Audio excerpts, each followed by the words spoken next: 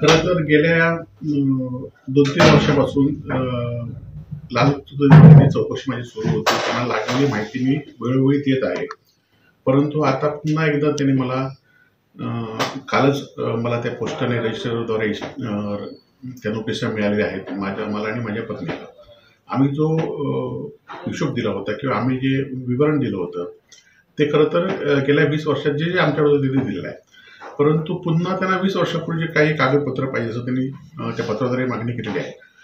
खरं तर आम्ही जी आमची प्रॉपर्टी होती, जे आमचं इन्कम होतं ते सगळं दाखवण्याचा प्रयत्न जे होतं ते खरंच 100% आम्ही पूर्णपणे दाखवलेलं आहे. निवडणुकीच्या ह्याच्यातसुद्धा दाखवलेलं आहे प्रतिज्ञा पत्रामध्ये. त्याचबरोबर इतर इन्कम टॅक्सच्या, सेल टॅक्स या सगळ्या आम्ही त्यांना कागदपत्र दाखवले आहेत. परंतु आता पुन्हा एकदा त्यांनी या पाठवल्या आहेत. आमच्याकडनं जे जे शक्य असेल, जी माहिती शक्य असेल ती देऊ. परंतु 20 वर्षामध्ये आज कुठला खरं तर 20 वर्षांपासूनचे कागद किती जणांकडे उपलब्ध असतील ही पण माहिती या ठिकाणी खरोखर घेणं गरजेचं आहे.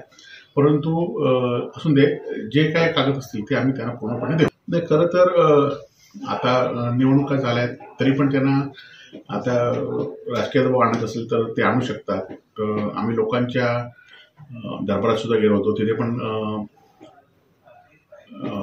ह्या भूमिका आम्ही सांगितलेल्या आहेत लोकांकडे आणि पुन्हा एकदा आम्ही त्यांना योग्य पाहिजे अशी ती माहिती त्यांना देऊ. परंतु दबाव किती आला तरी चुकीच्या पद्धतीने आम्ही दमणार नाही एवढं मात्र निश्चित आहे. नाही, असं काय ऑफर किंवा आलेल्या नाहीत आणि अशा ऑफर आम्ही काही स्वीकारणार नाहीत. आम्ही निष्ठेने या ठिकाणी काम करतो आणि निष्ठेने यापुढच्या काळामध्ये सुद्धा काम करणार.